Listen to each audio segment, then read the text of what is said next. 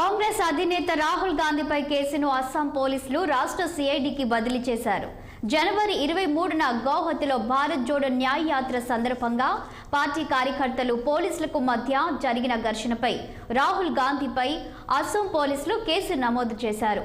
ఈ కేసుపై సమగ్రమైన లోతైన దర్యాప్తు కోసం సిఐడికి బదిలీ చేసినట్లుగా ఆ రాష్ట్ర డీజీపీ జీపీ సింగ్ తెలిపారు. రాహుల్ గాంధీతో పాటుగా మరో కొంతమంది కాంగ్రెస్ నాయకులపై 9 ఐపీసీ సెక్షన్ల కింద పోలీసులు కేసులు నమోదు చేశారు. తాజాగా దానిని సిఐడికి బదిలీ చేశారు. అస్సాం రాజధాని గౌహతి బోర్డర్లో రాహుల్ గాంధీ భారత్ జోడో న్యాయ యాత్రను పోలీసులు అడ్డుకున్నారు. కాంగ్రెస్ కార్యకర్తలు గౌహతి నగరంలోకి ప్రవేశించేందుకు ప్రయత్నించగా పోలీసులు బారికేడ్లు ఏర్పాటు చేశారు. కాంగ్రెస్ లీడర్లు వాటిని పక్కకు తోసేసి సిటీలోకి దూసుకెళ్లేందుకు ప్రయత్నించారు. ఈ క్రమంలో కాంగ్రెస్ లీడర్లు పోలీసుల మధ్య ఘర్షణ వాతావరణం ఏర్పడింది. తాము యాత్రను అడ్డుకోవడం లేదని, రూట్ మార్చాల్సిందిగా సూచించామని సీఎం హిమంత బిశ్వ శర్మ వెల్లడించారు.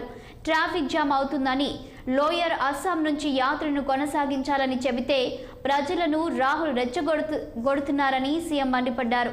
అందుకే రాహుల్పై కేసు రిజిస్టర్ చేయాల్సిందిగా డీసీపీని ఆదేశించినట్టు తెలిపారు. రాహుల్ గాంధీ రాష్ట్రంలోని ప్రజలను రెచ్చగొడుతున్నారని సీఎం హిమంత బిశ్వ శర్మ అన్నారు. అస్సాంను అస్థిరపరిచేందుకు కాంగ్రెస్ ప్రయత్నిస్తుందని ఆయన ఆరోపించారు. లోక్సభ ఎన్నికల అనంతరం రాహుల్ గాంధీ అరెస్ట్ అవ్వడం ఖాయమని జోస్యం చెప్పారు.